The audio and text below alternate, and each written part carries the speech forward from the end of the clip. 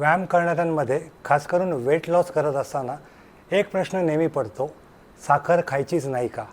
पूर्णपणे बंद करायची का?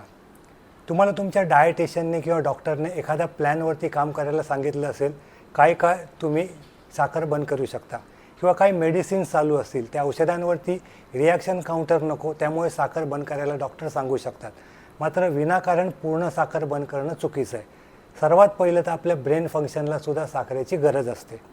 तुम्ही कुठलाही व्यायाम करत असाल तर जी आपण साखर खातो कुठल्याही स्वरूपात ती ग्लुकोज म्हणून स्टोअर होते आणि व्यायामादरम्यान मसल्स ती ताकद म्हणून वापरतो. त्यामुळे अचानक जर का साखर बंद कराल, व्यायाम करतानाही त्रास होईल आणि नंतर दिवसभर खूप थकवा जाणवेल. तुम्ही कुठल्याही पद्धतीचा व्यायाम करत असाल, वेट ट्रेनिंग असेल, कार्डिओ के कुठलाही, तुम्हाला त्याच्याने प्रचंड त्रास होऊ शकतो, थकवा जाणवू शकतो, हातपाय थरथर कापू शकतात. एवढंच नाही तर छोट्या मोठ्या गोष्टीत विचार करताना पण कन्फ्युजन वाटू शकतं. साखर कमी झाल्याचा परिणाम असतो. त्याशिवाय आपल्या मूडवर सुद्धा साखर खूप वाईट इफेक्ट टाकू शकते.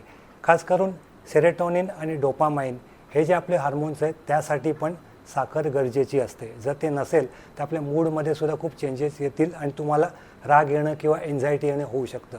त्यामुळे तज्ज्ञांचा सल्ला घ्या, साखर कमी करा, पण पूर्णपणे बंद करणं योग्य नाही.